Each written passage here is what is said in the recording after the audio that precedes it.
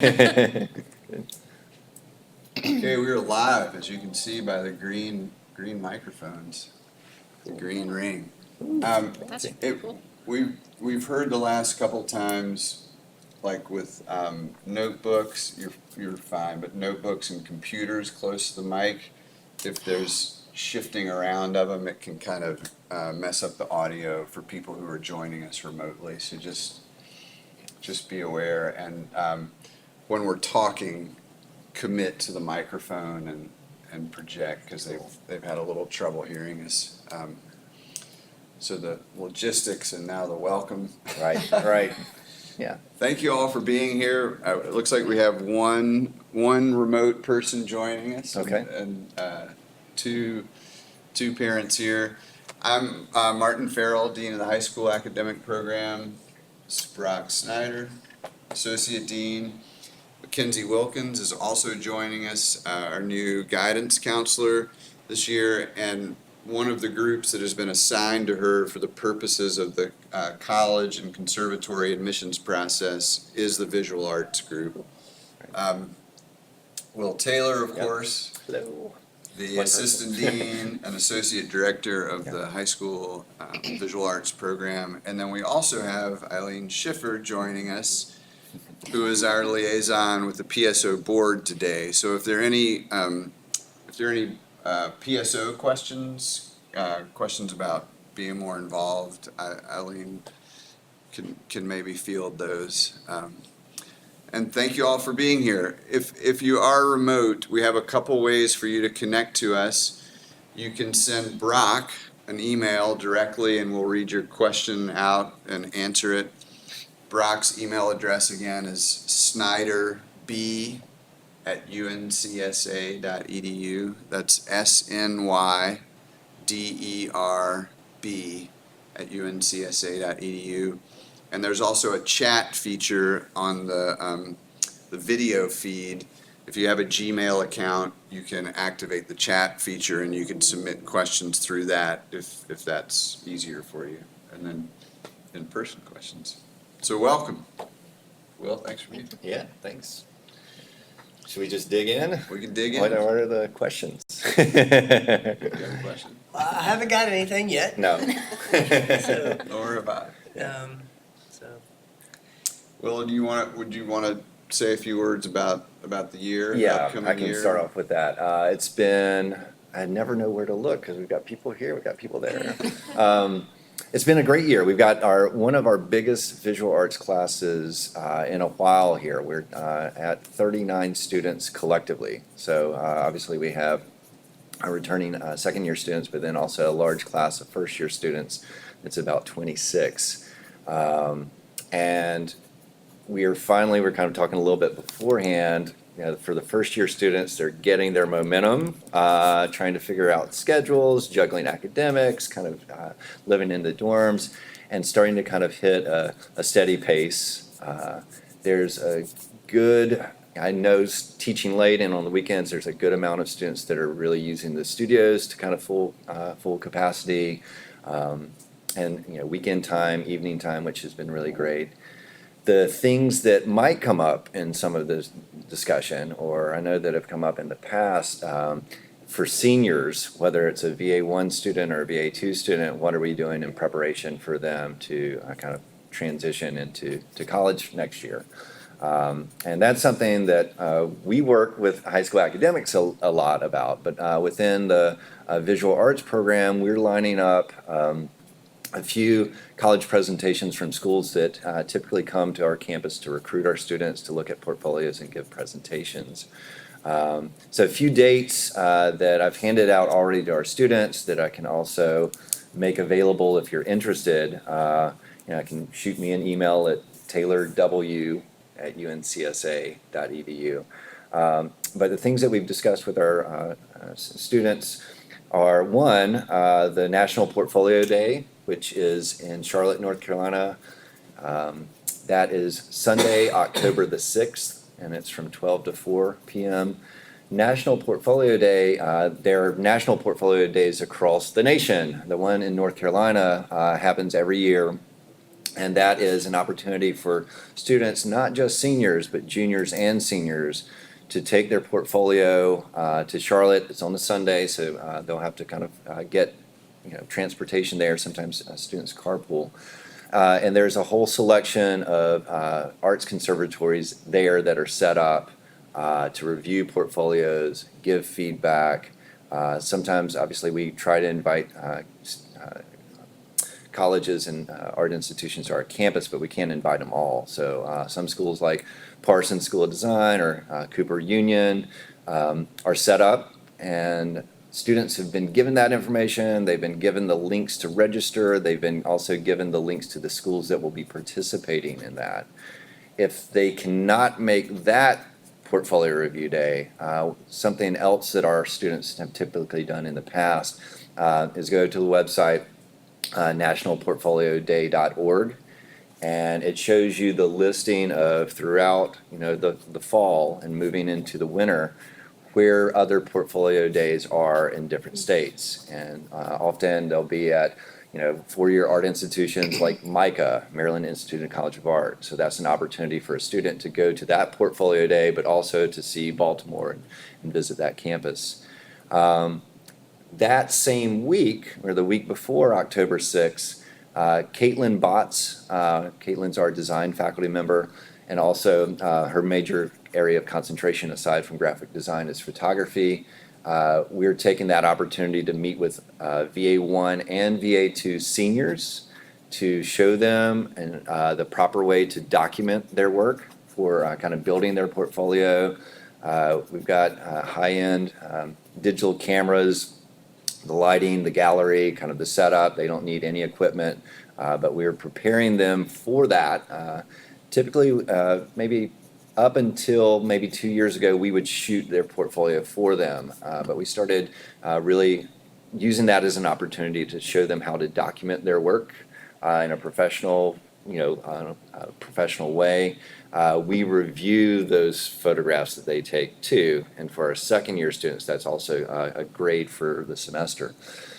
So those are two things that are kind of coming up fairly quickly. That's October's a big month. Yeah. When is Caitlin, is that like a seminar that she's We're doing? going to be using her class time, Okay. and it will be the way that we've coordinated it is typically it'll be one of the second-year visual arts design classes, but we are allowing seniors in VA1 to be excused from Liz's class to attend that. But not juniors. Not juniors, Gotcha, yeah. okay. So, the emphasis, juniors will document their work next year. Gotcha.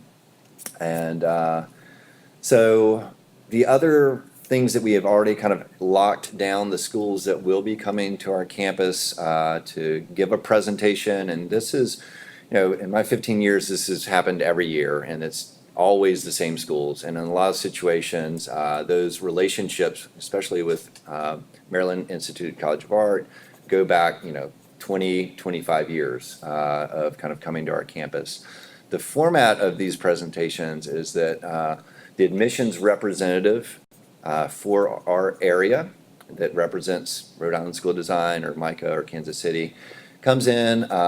It's a mandatory session for juniors and seniors. They give about a 45-minute presentation in which they talk about their campus, they talk about their alumni, they talk about the opportunities that they have at their school and then after their school. They talk about tuition and financial aid. It's an opportunity, obviously, for juniors and seniors to learn about those individual areas. For juniors, those same representatives will be coming back the following year for their senior year, so it's kind of a great opportunity for networking. It's also a great opportunity to kind of learn about summer programs, so pre-college programs. And so in the past, if a student is interested in the idea of maybe going to the Art Institute of Chicago and they're a junior, it might be a good idea for them to, between their junior and senior year, go to one of the summer programs in Chicago. So they're working in their studios, they're living in Chicago for a short period of time and figuring out if that's a place that they could kind of see themselves. The schools that we have already locked down, Tuesday, October the 8th, we have Rhode Island School of Design. And their admissions officer is Isabel Sanchez. She'll come in, give a 45-minute presentation on Rhode Island School of Design for all of our students, first and second year students. It's in the evening at 7 p.m. Up in Visual Arts. And then after that presentation, any senior, whether it's a first year or a second year student, can have a portfolio review with that admissions representative. And so the way that we manage that is it's an opportunity. They lay out their entire work. They're not limited with space because it's our studios. They have sculpture work that sometimes it can be difficult to carry to other places. It is not the portfolio that they are presenting for admission to that school, but it's an opportunity to lay out tons of work to get feedback about what that representative feels like would best work for their portfolio for Rhode Island School of Design. So more consultation. Yes, consultation. Again, a lot of the representatives are the representatives that are also working with our students for that area that will accept them or that accept their application when admitted. I'll say that, or if admitted, but when admitted. Right? They will also more than likely be the contact that helps them through the financial aid process. So it's a really great opportunity. It's also a really great opportunity for students that are uncomfortable maybe talking about their work to do that. And so I suggest like all seniors take advantage of that. It might be, well, let's say a senior is only interested in going to Kansas City Art Institute. I would suggest that they still present their portfolio to all of these schools. So by the time they have, by the time they're speaking to the Kansas City representative, they've been through that process a number of times. They've gotten feedback a number of times. They might have even gotten, in certain situations, a scholarship offer from another school that they could also use as leverage with Kansas City. Mm-hmm. So Rhode Island School of Design is October 8th. The very next night, we kind of packed it all in. October 8th, Rhode Island School of Design. October 9th is Kansas City Art Institute. Their admissions representative is Daniel Chase, and for VA2s, they all know Daniel from last year. Kansas City also had a teacher fly out where they select kind of a handful of teachers from across the country to put them up and view their campus for a weekend in the spring, and I had the opportunity to visit Kansas City's campus, talk with their president. One of their other admissions coordinators, Jacqueline Sine, is a former student of mine there, so we've got a really great connection with Kansas City. A lot of our students really transition well to that campus. They are also one of the schools that really looks out for our students as far as financial opportunities. The other school is October 16th. We have MICA, which is the Maryland Institute and College of Art. And that's also an evening presentation at 7, 45 minutes, and then portfolio review. Madison Cohn is the admissions rep there, and Madison's been kind of coming to our campus for a number of years. And so is just MICA in general. That's also a really great campus for our students to transition into, and great financial opportunities. We are also, through the setup of Visual Arts, we're underneath the School of Design and Production, the undergraduate conservatory here on campus. Often some of our students like being at UNCSA and want to continue. Maybe they kind of are interested in film, maybe they're interested in scene design, scene painting, costume design, and we want to kind of offer that opportunity. So on October 23rd, we are walking all of our visual arts students over to the School of Design and Production, which Liz, Caitlin, and I also kind of teach under, to speak with our dean, Michael Kelly, as well as directors of scenic design, wig and makeup, scene painting, stage properties, and costume design, to talk about transitioning from visual arts into those areas if they're interested, to tour the facilities, to see if, at some point during the year, if they have an interest in kind of even volunteering in those shops, to set up those connections. And so that's the 23rd. we've limited it to, for now, just those schools that are kind of engaging with our students on campus, because it does take time out of our class schedule, it takes time out of their studio time. If a student has an interest in other schools, they're more than welcome to talk to, Caitlin, Liz, and myself about that. We have had other schools in the past visit. We've had Cooper Union in New York. We have a student currently that is attending Cooper Union. We've had students that have been accepted to Yale. We've got a student currently at Yale. So a lot of the top tier four-year arts conservatories, we do have people, former students there now, or we also have kind of relationships with those universities. The other thing that I would throw out is Family Weekend that's coming up, and I would have my computer to pull up that date. It's also in October. 25th, Mm-hmm. 26th. Yes, so it's the weekend of the 25th through the 27th. We'll send out some more information, but what we typically do in visual arts for that is that Saturday, which I guess would be the 26th, is we have a mandatory class session with our first year students and their parents, kind of inviting them into the studio. It's a drawing session, kind of a really fun event. And then after that session, usually around 3:00, we invite the parents of all of our seniors, first and second year students, to meet with Liz, Caitlin, and I to discuss the college application process and what that looks like on our end from the Arts Conservatory side, what that might mean, and obviously from the academic side. I think it's an important thing to be aware that if a student is interested in looking at going to a four-year arts conservatory, the deadlines, the application process, the application versus financial aid process varies from school to school to school. There's no kind of one way of approaching that. And so that's a time that we kind of set aside a full hour and even more to kind of go through that. Talk about portfolios and where you would need a portfolio, with the exception of the design school at State. Most liberal arts institutions or state universities, you're not applying with a portfolio. You're applying to the university. So if you're applying to UNC Chapel Hill, you don't need a portfolio. All right, your focus needs to be on SAT. It needs to be on kind of your academics. You're accepted to the university, and then you declare your major.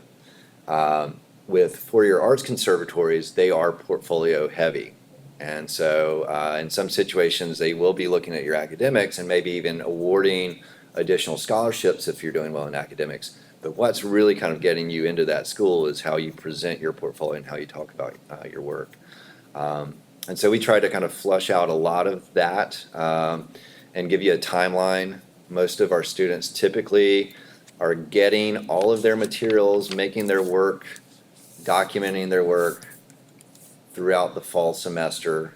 At the end of the fall semester and during winter break is typically when they start to submit their applications. When they get back in January, February, they start to hear from where they've been accepted. And then the second round of that is, well, what are the financial packages that start to come in and how do we start to negotiate that? So that information can be covered in a lot more detail at the Family Weekend session on Saturday, October 26th. So there we go. Are we done? No. We have two questions. Cool, all right. First one is an easy one. Said my son was unclear on how to send a transcript via Naviance, and Mackenzie helped him send it. And she just wanted to confirm that they were getting a transcript that included both UNCSA courses as well as courses from her son's previous school. And the answer is yes, we do send a unified transcript. Brock unifies all the transcripts when students come in here, so they're getting a single one. So you don't need to request a separate transcript from your student's prior school. And could I just yeah, of say that, course. I mean, and Mackenzie and I talked about coordinating all of the seniors with a meeting in the design studio last week, was it last Friday? Last Friday. Yeah. And the students that couldn't attend were asked to kind of reach out to her specifically. But Naviance is new within the past 2 years, right? We started that last year. That's also on our end where our letters of recommendation will come through. So I don't know. There seemed to be last year not an issue, but sometimes a little bit of a confusion of us getting requests from students through Common App.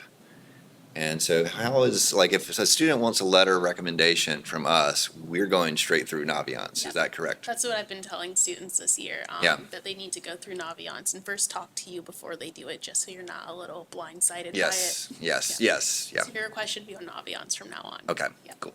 And it's really a setup question. Yeah, And I don't know, I think we've handled that really Yeah. well this year. And then Common App Active this year, if you try to request, you can't. okay, good, Yeah, good. they've helped yeah. us and other schools kind of eliminate Right. some of that confusion. I think all of that went smoothly last year. There was only one exception Yeah. where I got a Common App application or request, So so. the Naviance, that's something that you help them set up because, or is that something we need to? We help them set up. Okay. And I know Mackenzie has met with many of the VA students, and then in the big, large meetings, that's really the focus. Kind of Okay.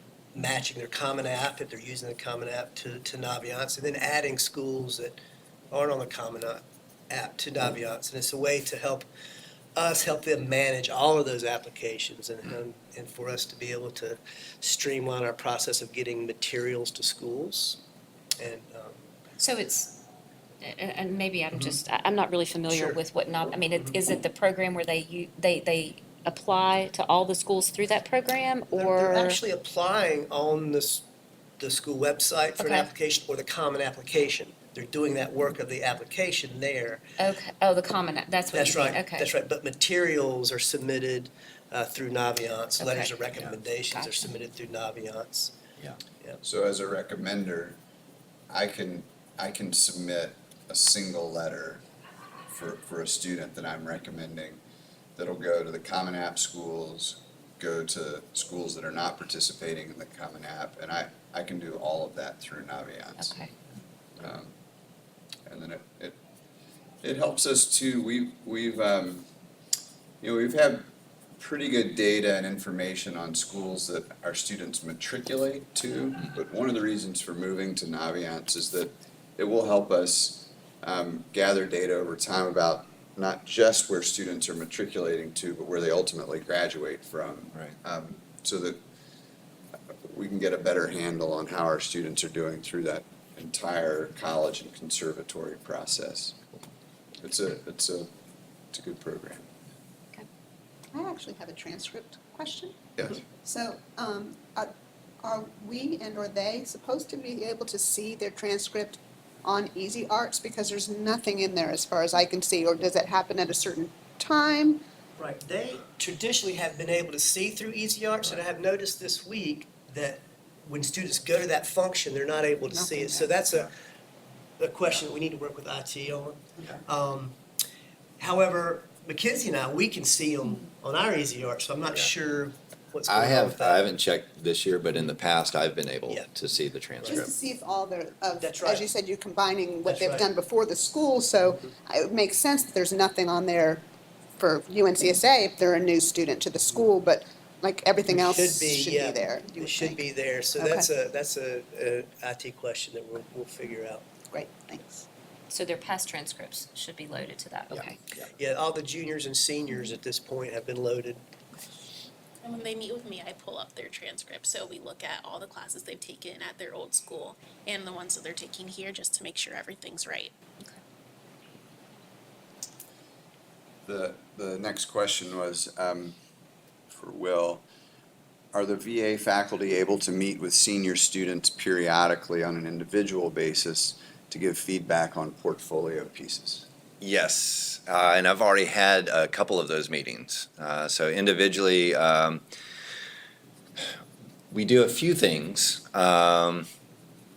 So each of our individual classes, whether it's drawing and painting or design or sculpture, I know a couple of VA2 students have asked to talk to me about college and about kind of portfolio and kind of additional work outside of class. So that's definitely an option. When the schools come in October, I also, like, if students are not sure, like, well, what do I put out? I tell them, well, before you meet with that representative, meet me in the design studio. We'll pull a couple tables out, bring all of your 2D work, and let's lay it out. And let's talk about presentation, layout, visual threads that run through your work, a range of work. How do you begin to kind of talk about your work collectively? So as they're even preparing for those presentations, from RISD, MICA, Kansas City, or National Portfolio Day, they have an idea of, the work that really kind of sets a tone and how they can kind of navigate through that. A lot of those conversations are, with the individual representatives, probably about 15 minutes long. And so our second-year students and our first-year students are getting there, but they just got on campus. Our second-year students are at a point where they should be able to talk about their portfolio uninterrupted for almost 15 minutes. So the other element of that is coming off of those portfolio presentations, what will happen is I ask students, when you're doing that presentation, have your sketchbook out, maybe have some questions, or at least be taking notes, because what your portfolio might look like based off of what the Rhode Island School of Design representative would like to see. Let's say, I like these 15 pieces. This is kind of really diverse. It shows you, have kind of a good understanding of foundation work. You also are kind of working in your sketchbook and you're working 2D and 3D.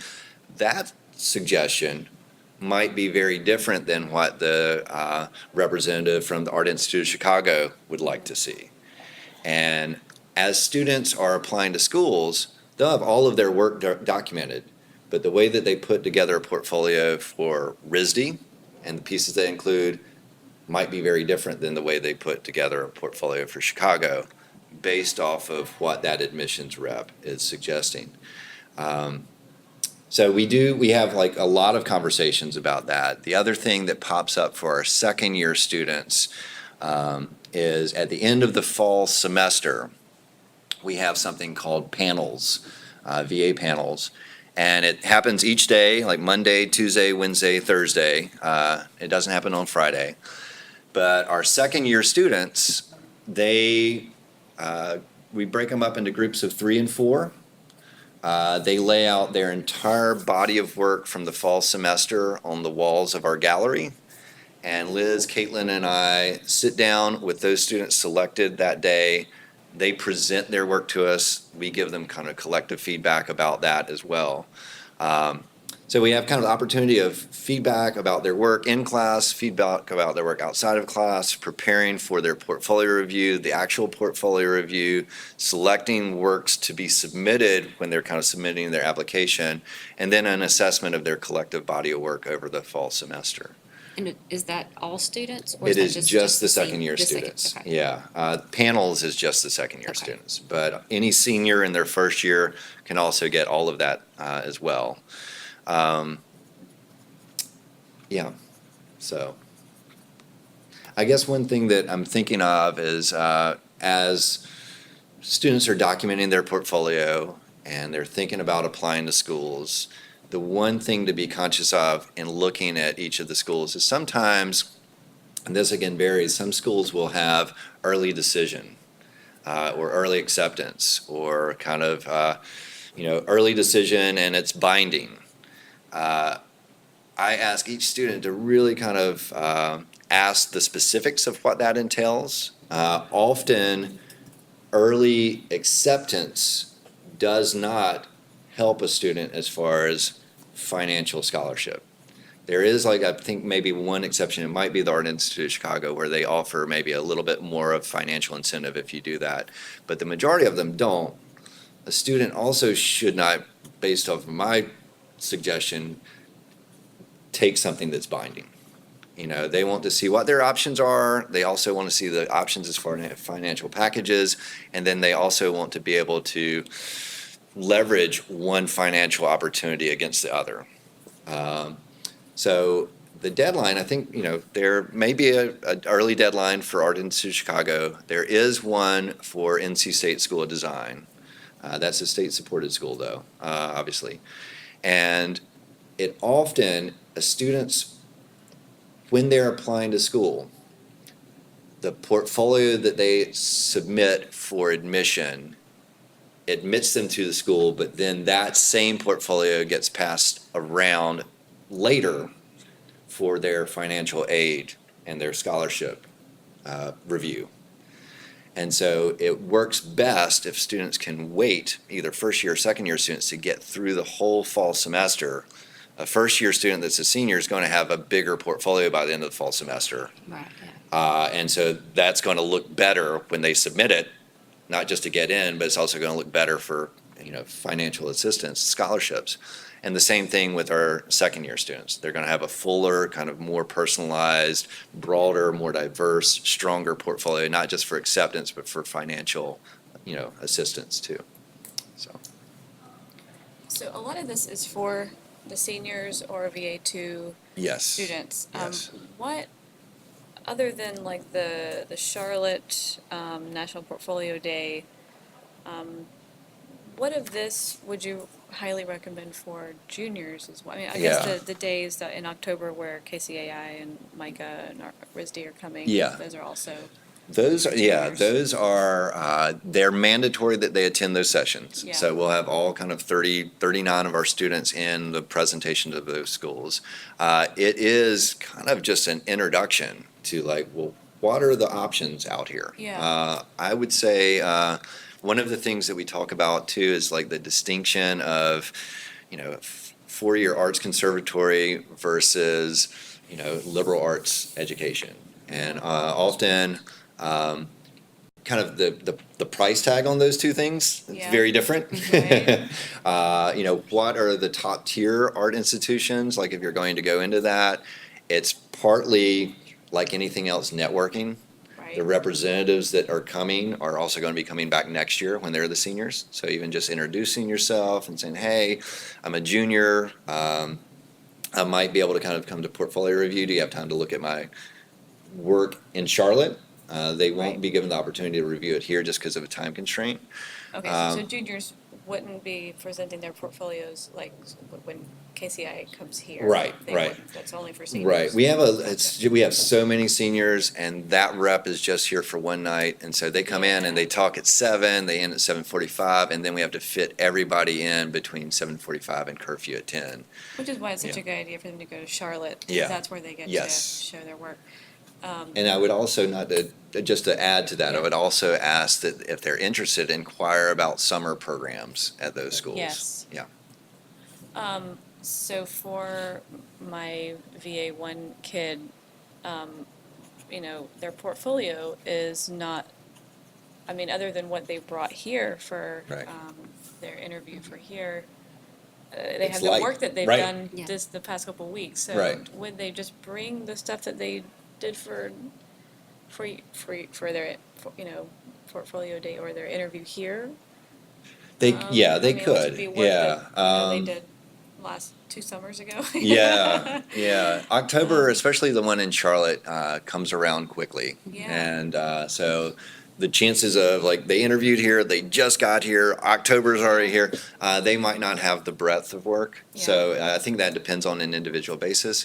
It could be you bring kind of a peer down portfolio if you wanted to go to Charlotte. You meet the representative, you get a sense of like what their campus might look like. You get a sense of the summer program. Yeah. You get a sense of just even asking that individual school, what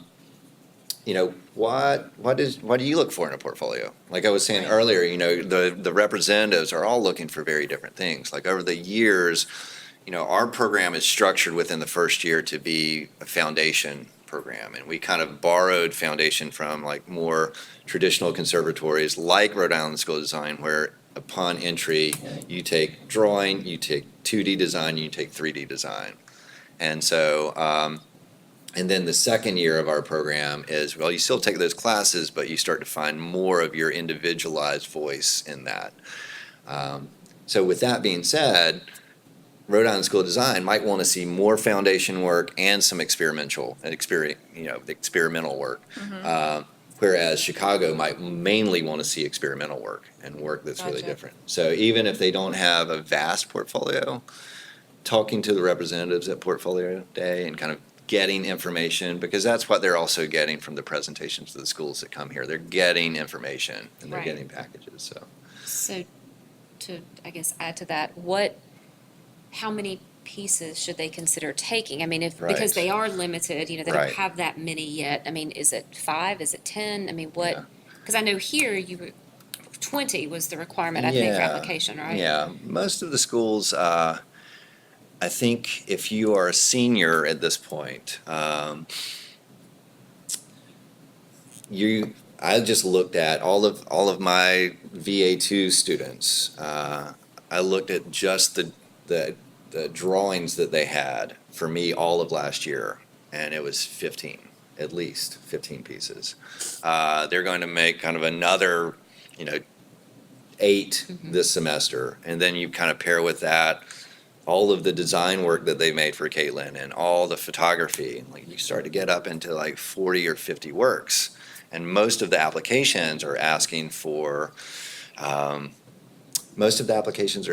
like anywhere from 10 to 20. Yeah. And that varies. But so like that would be quality. That would be a session where maybe a student says, I'm going to Portfolio Day.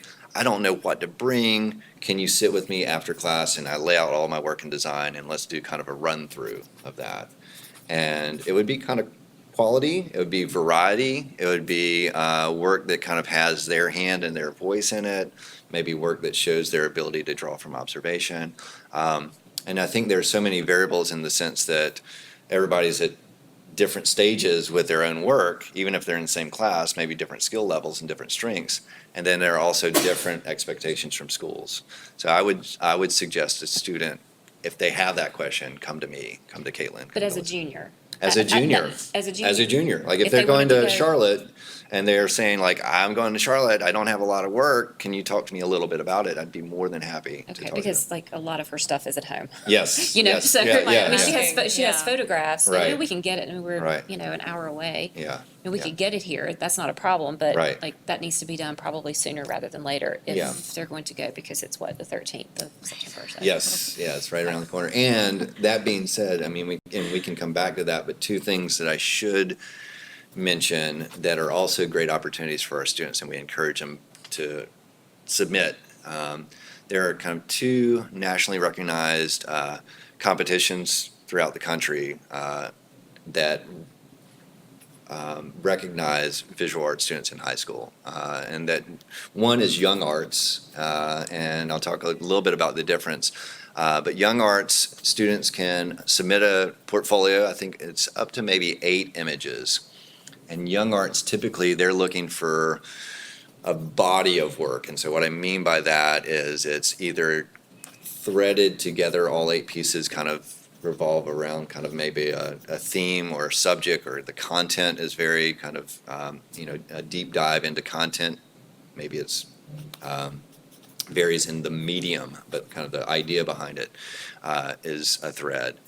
And Young Arts, they submit about 8. That's a deadline that's coming up quick. That also, I believe, is end of October, beginning of November. And so sometimes our students don't meet that deadline as much. But Young Arts, the recognition of that, if you're a finalist, there's scholarship potential for that. There's also recognition when you're applying to these other schools of being a Young Arts finalist. We've had students in the past, number of years that have become finalists, and they are flown to either LA, to Miami, or to New York for a series of in-depth workshops, all expenses paid by Young Arts. So if they're able to meet that deadline with work, we encourage that. The majority of our students, though, the big thing that we always kind of submit work to is scholastics. And that's something that if, all from 9th grade up to 12th grade, and students have kind of participated in scholastics all over the place. For us, we do There's a regional competition that is held at Barton College in Wilson, North Carolina. The submission for that is in December. So usually what happens is as we're kind of finishing up the semester, students have already documented their work, everything's electronic, they can apply to Scholastics. Seniors can submit a portfolio of up to 10 images. And Scholastics is great because the awards that they accumulate, whether it's a gold key, silver key, honorable mention, Okay. the regional competition is an exhibition if they get a gold or silver key. If they're selected for the national competition, that's at Carnegie Hall in New York. In the past 3 years, we've had students that have all gone to that national competition. And that also carries financial, opportunities as far as scholastics, scholarships. The one thing that I would add on to that is even if they don't get a scholarship through Scholastics, but let's say they have, 5 gold keys, letting their admissions representatives know, look, I'm a young arts finalist. I've got 5 gold keys in Scholastics. My work's been accepted for kind of the national competition. And those are all things that the admissions representatives that are coming to see us have to advocate for more financial assistance for that student. It's like lines on a resume. Nice. But it's, I think the main thing, especially when you get into four-year arts conservatories, is that they're in competition with one another. They want the strongest students, and they're going to kind of really advocate for the stronger students. So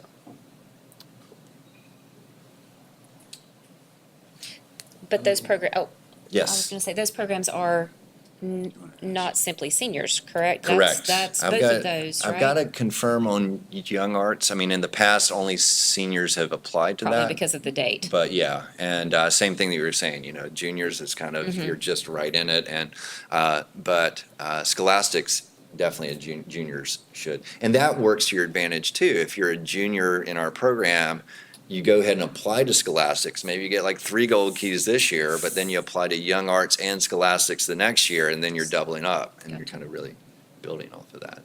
So, And is that something that you discuss with them in class and they're aware of it?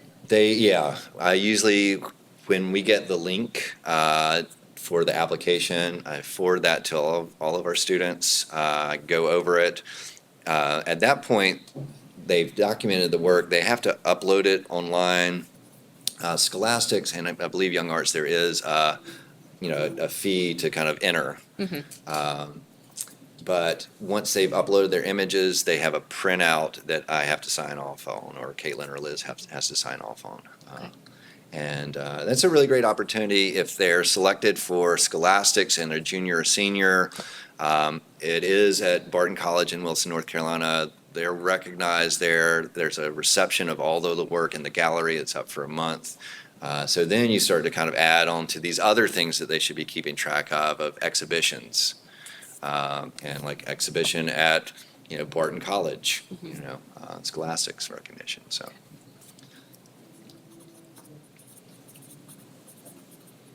Eileen, do you wanna?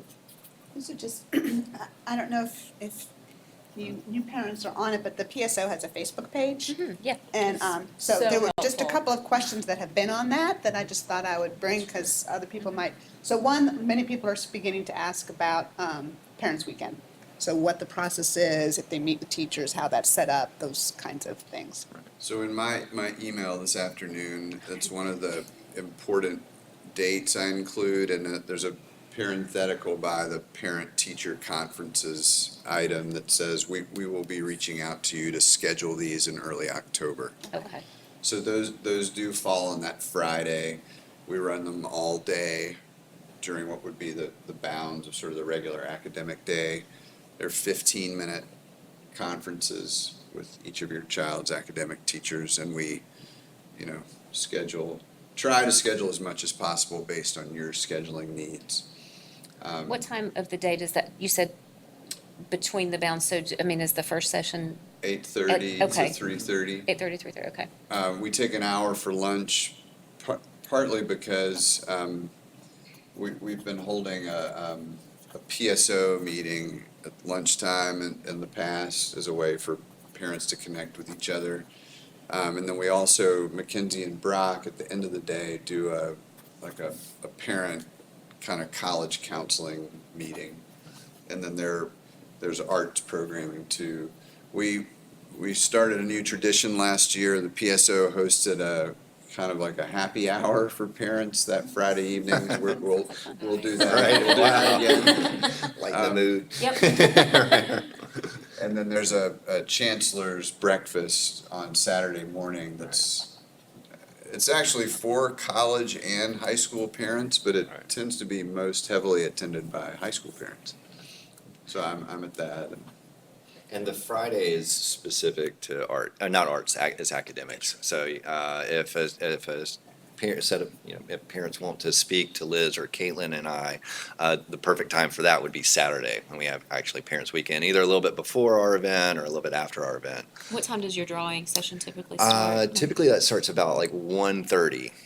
And then that goes until about 2:30. Then we have the 3 o'clock session for colleges and senior parents, and then we're around afterwards for that too. And there will be work, for us, we kind of put work up in the gallery for that.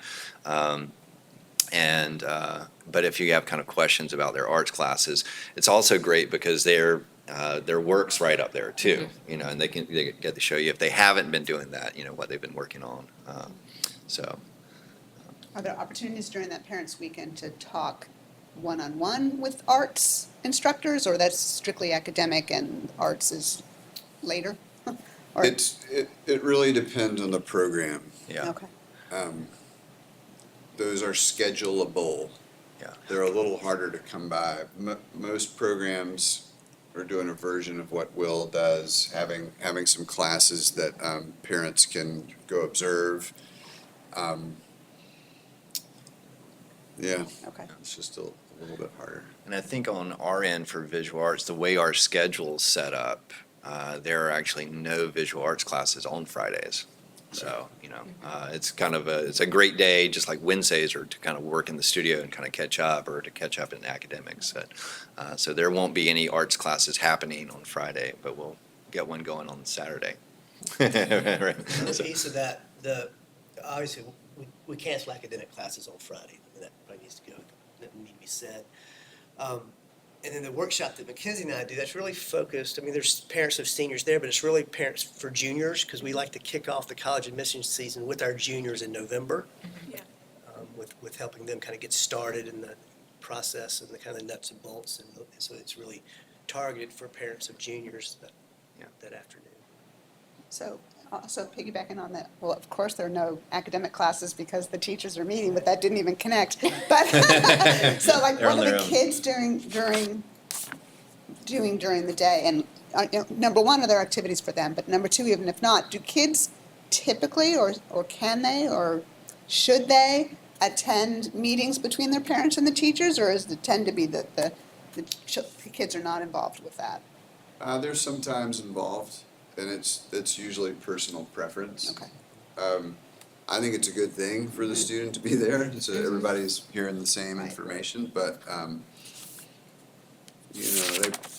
they probably don't attend slightly more than they do, Okay. yeah. But definitely an option. Some of the other arts programs are running regular classes on Friday, so, some students will have arts classes. It does a lighter day because Okay. academic classes are off the table. And you had a question about the Wednesday following fall break too, is Yeah, that somebody right? else posted that question. That is an Arts Wednesday. It is also the day that we're hosting the PSAT. Yeah, I think I posted that Was back that on yours? this. That was me, like Big Ten 16's PSAT for juniors. Yeah. And we'll be going to the junior English classes beginning next week to prep students for Okay. that. Okay. So I have not signed, or my child has not signed up for the SAT prep. And because I guess I was thinking, let her take the PSAT, see how she does, see what, where she's high, where she's low. I mean, is that a good suggestion? I think that is a good suggestion. Oftentimes, that SAT prep also makes a little bit more sense for students if they've had taken the PSAT or the SAT. mean, she took the SAT like Yeah, for the I think DTIP back in the seventh Yeah, grade, but she and the hasn't taken it since. PSAT So is it's really been a long some of the time. best test prep. Students will get a detailed score report. Okay. It'll indicate what questions they missed. They're able to go back to the test booklet and see the questions they missed and rework math problems or other questions. Gotcha. Okay, that's good. I guess looking at the calendar too, the high school midterms, October 9th. And so Parents Weekend, it's good timing for checking in, especially if students are struggling academically. I just sent an email to my faculty before this, asking them to send emails to parents of students of concern. And our definition of that is a C- or below in a particular class. So those emails will go out next week, not to alarm folks, but because, we have enough data at this point to begin having some substantive conversations. But we then do formal narrative progress reports that will be published on October 11th, Friday, October 11th, going into that fall break weekend. And that's for every class, regardless of struggle or success. And we publish them then intentionally. Hopefully you'll see your kids at some point that weekend and be able to have a conversation about those Where do they reports. go? I mean, how do they get them? How They're are in they- Easy Arts, published in Easy So Arts. it's just on, like, where in Easy Arts? I will send out login information to be able to access those. Okay, It's is there a folder in there? it's or- readily apparent when you go in, right? Yes, so I've never gotten that question, but Like which, what tab do they go to? But I mean, where do they through the- find it? I don't know, the login instructions I've sent out have seemingly gotten everybody where they Direct need to link, go. maybe, I don't know, it's not very satisfying. and there's nothing there now. It's only, it's Okay. something that's Okay. available at that time. Okay. Right. And I guess for that, as far as midterm reports, typically what we do in visual arts is all of the first year students, we mention what we've been working on in design. Caitlin will post that, where she is, where she's continuing. I'll do that for drawing. Liz will do that for sculpture. But since we're assessing their work over the semester, we kind of collectively look at their portfolio at the end of the year. So you'll get on progress reports for us, you'll get the progress of what they're working on and what they're kind of, where they're going in each of their classes. You won't get a grade there. You'll get kind of an update. But if a student is struggling, all right, in one of those classes, we will make a special note. And often we've reached out before then too. Like if a student's like, well, the quality of work, even though we're waiting till the end of the semester, the quality of the work really needs to amp up. They're kind of right at C range right now. We would kind of mention it at that time, so. So clarification, the progress reports come from all teachers, arts and academic? All academics, it's a little, it's arts program specific. They will get a progress report from their arts at some point Okay. in the semester. I think David Winkelman and I are the only ones who Right. do. Yeah. Music and visual arts do it with us, publish them in the same Okay. system. Dance actually has a completely different system and timing that they follow. Nearly ever. I have two questions, kind of about Canvas. The first is that the drawing and the sculpture is in Canvas, but the graphics is not. Interesting, because I'll need to follow up with that, because I actually don't use Canvas. I mean, I'm in it, I don't use it a Okay, lot. well, maybe- But okay. Caitlin and Liz use Canvas a lot, Maybe that's what it was. yeah. Okay, so it's Caitlin's department. Yeah, design and sculpture, You're 321. That's your number, right? VA Yes. 321, and 311 is Caitlin. I believe so. Let me Yeah, double. 'cause well, it says design and then sculpture, so Yeah, that makes sense. yeah, Okay. yeah. So, Okay. And that may be maybe not for this case, but that's maybe an IT question about Canvas also again, because I know in dance that there are some teachers that have, some courses are published and some are not. So in some you can see things and others you cannot. And Yeah. some, the teachers have said that there are things published and some students can see them and some students cannot. So I'm not sure what This is in dance, you say? specifically in the dance courses, yeah. Yeah. Sorry, I didn't mean to hijack the Oh, discussion. no. But that would be a dance program Okay. question. I see, We, yeah. all the academic teachers use it. We take initial attendance in Canvas, and we do maintain grade books, although it's a teacher's choice whether or not to publish grades. And then basic course documents, and then beyond that, teachers use it more or less robustly, depending on their needs. So this, to follow up with that, I mean, in following how she's doing, I've been looking at Canvas, but is that then the best scenario, or is it more of an easy arts? Canvas is an immediate, sort Okay. of real-time information. Easy Arts, you would only see grades at the end of the semester. Okay, gotcha. That's sort of the final Okay. record.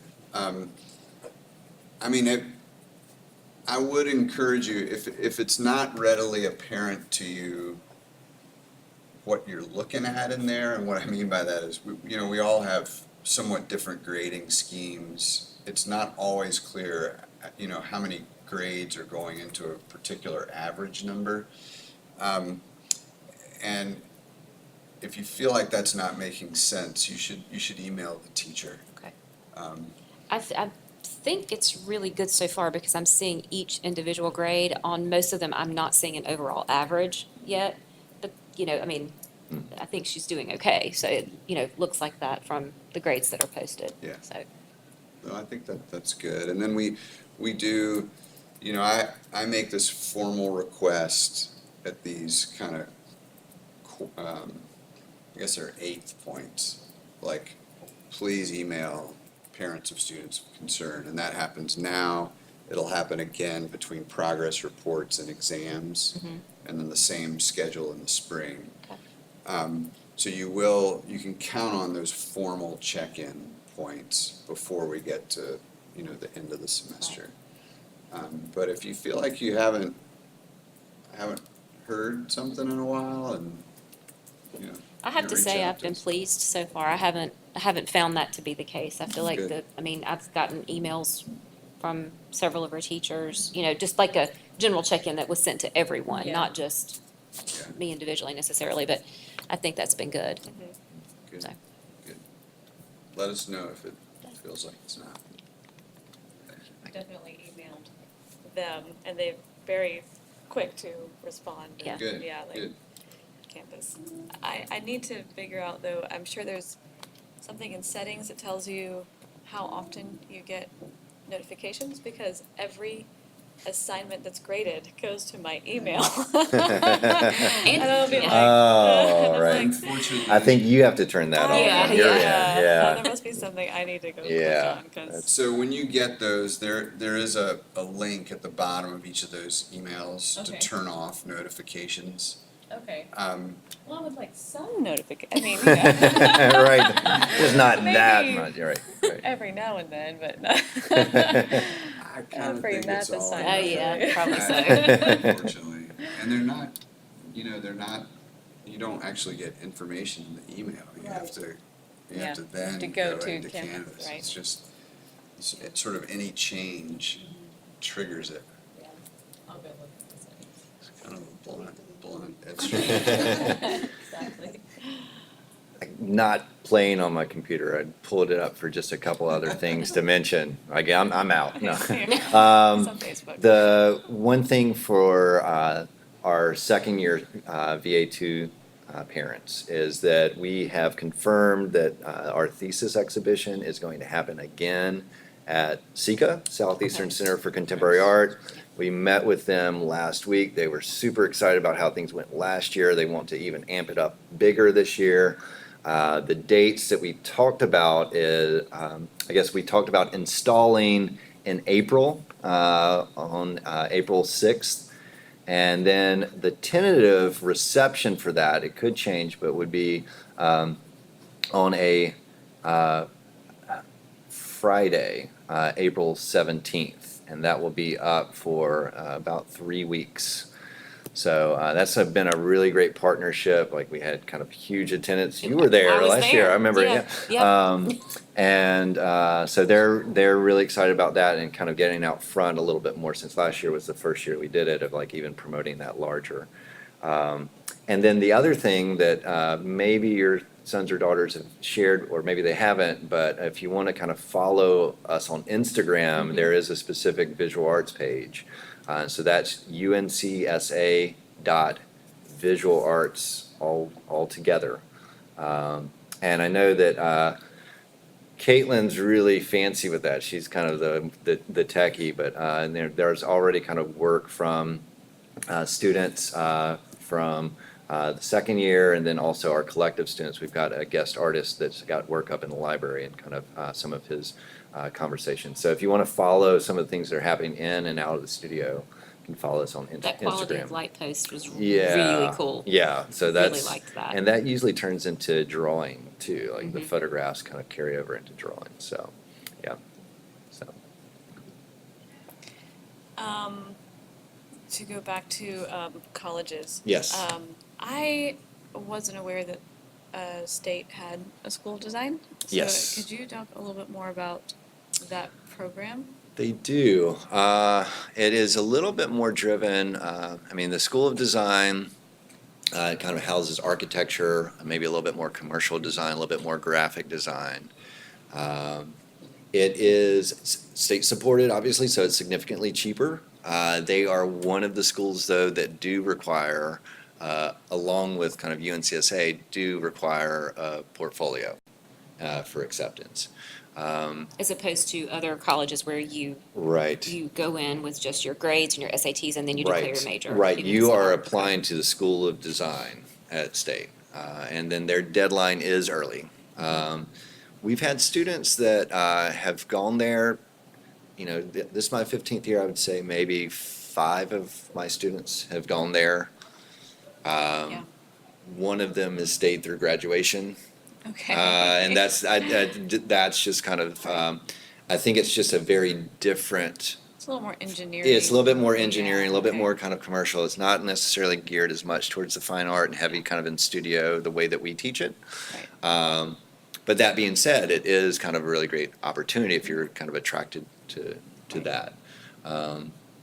I would also say, you know, just kind of backing up, if we're thinking about all of the UNC schools and state schools, UNC School of the Arts and NC State require portfolios. If a student is interested in film here for their undergraduate or design and production, they should also just kind of feel free to talk to Caitlin, Liz, and I, and we can kind of coordinate that. We've got a number of students in film that when they were in our program, we spoke to the film faculty so they could kind of work on set. We also do the same thing, obviously, since we're faculty-wise under School of Design and Production, and line that up.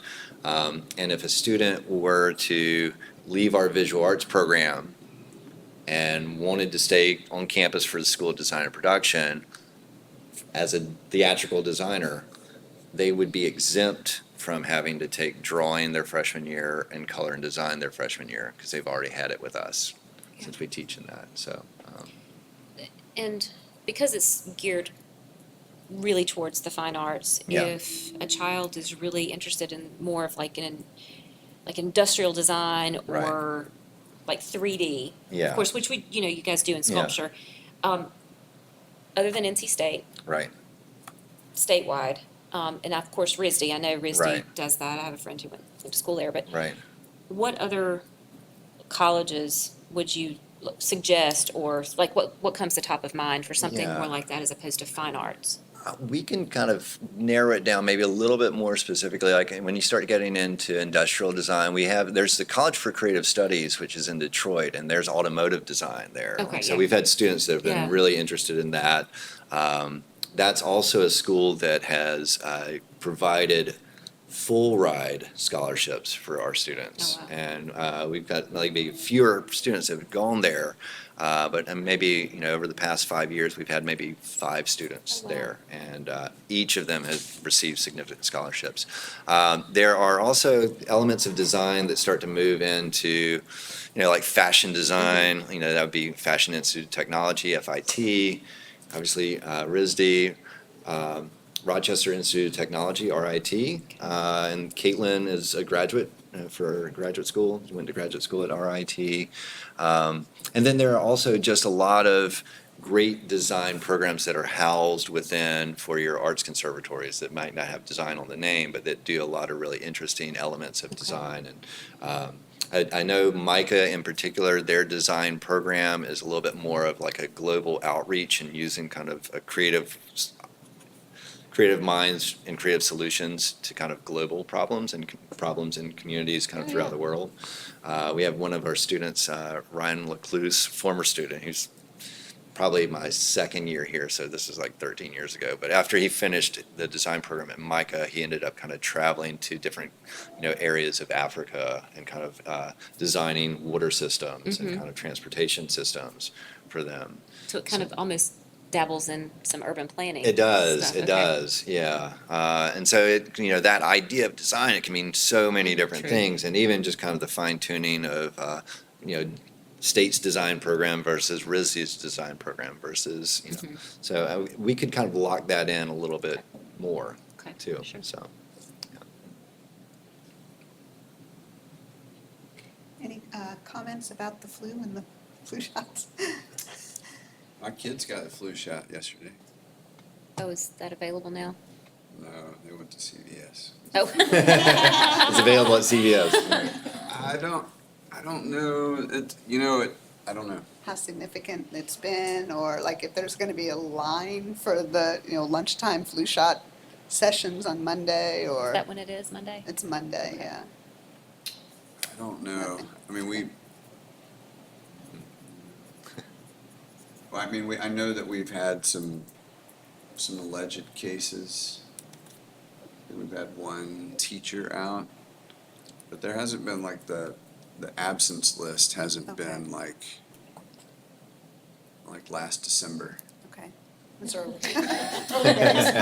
No, we had Yeah, a it's weird, time. it was Right. Set the weird bar. stomach bug and Yeah. like at exam time last year. That was not the flu, but it was Maybe it was a it's- tough 24 hours for anyone who got it. Nerves, maybe. Probably, yeah. Initially, we wondered, but became clear pretty quickly that it was more than that. Yeah.